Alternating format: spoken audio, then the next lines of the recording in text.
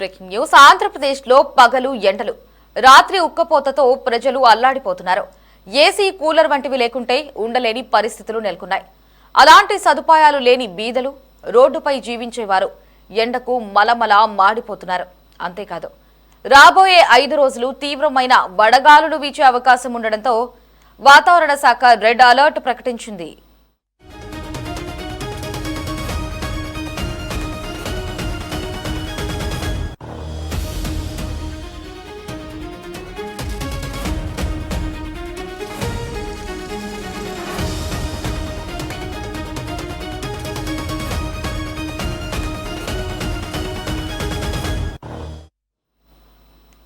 కృత్తిక కార్తెలో ఎండలు మండిపోతున్నాయి. మరో 5 రోజుల్లో రోహిణీ కార్తె ప్రవేశించనుంది. మరోవైపు రోహిణీ కార్తెలో రోడ్లు కూడా పగిలే ఎండలు ఉండనున్నాయి. కానీ ఈసారి రోహిణీ కార్తె రాకముందే తీవ్రమైన ఎండలు, ఉక్కపోత, వడగాలులతో ప్రజలు అల్లాడిపోతున్నారు. మొత్తంగా చెప్పాలంటే ఆంధ్రప్రదేశ్ రాష్ట్రం ఓ నిప్పుల కొలిమిలా తయారైంది.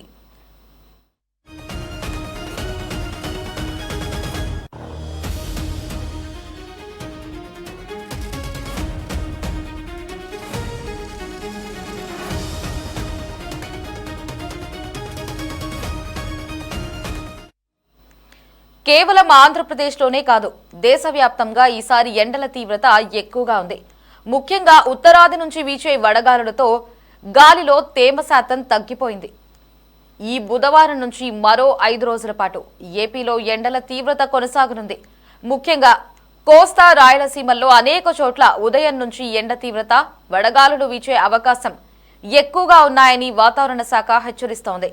దీనిపై మరిన్ని అప్డేట్స్ ని మా ప్రతినిధి కాశీరావు ఫోన్ ఇన్ లో అందిస్తారు. కాశీరావు, లహరి, ఆంధ్రప్రదేశ్ లో ఎండలు రోజు రోజుకు భయంకరంగా మారుతున్నాయి. ఉదయం 8 గంటలకే సూర్యుడు నిప్పులు జరుగుతున్నట్టు కనిపిస్తుండగా మధ్యాహ్నానికి పరిస్థితి మరింత దారుణంగా మారుతోంది. రాష్ట్ర వ్యాప్తంగా ప్రజలు ఎండ తీవ్రతతో లాడిపోతున్నారు.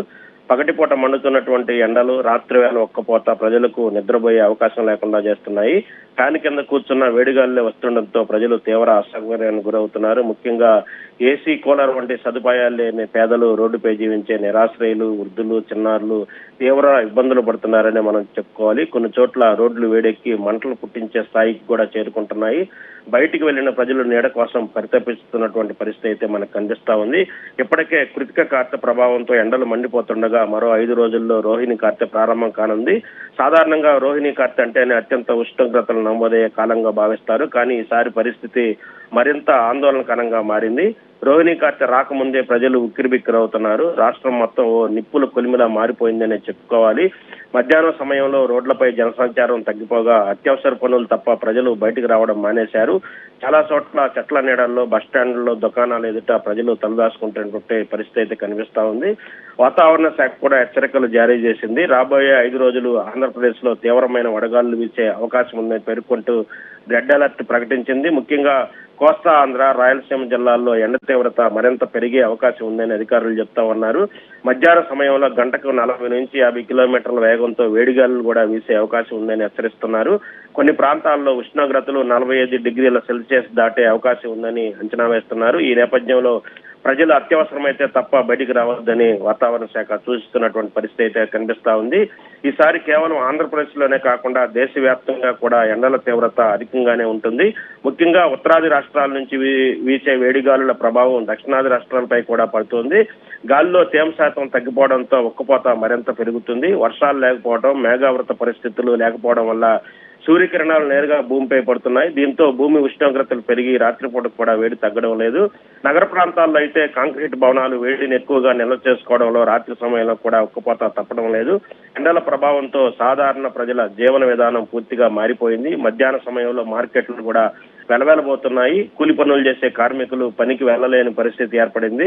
రైతులు పొలాల్లో పనిచేయడానికి కూడా ఇబ్బందులు పడుతున్నటువంటి పరిస్థితి ఉంది.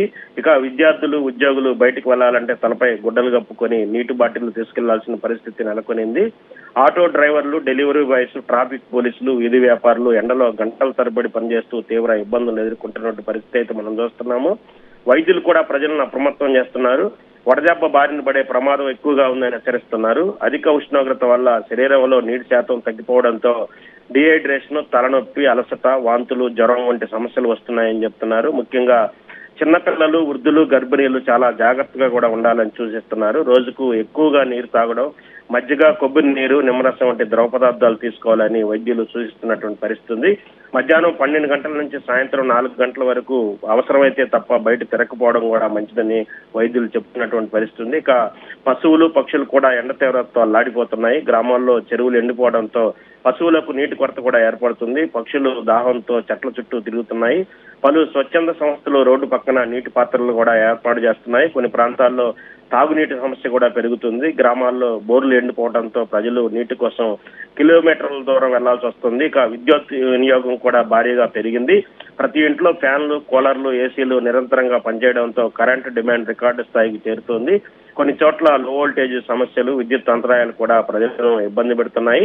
కరెంటు పోతే ఇళ్లలో ఉండలేని పరిస్థితి అయితే నెలకొనింది. పట్టణ ప్రాంతాల్లో రాత్రి వేళ విద్యుత్ కోతలు వస్తే ప్రజలు ఇళ్ల బయటకు వచ్చి గడపాల్సిన పరిస్థితి అయితే మనకి కనిపిస్తా ఉంది.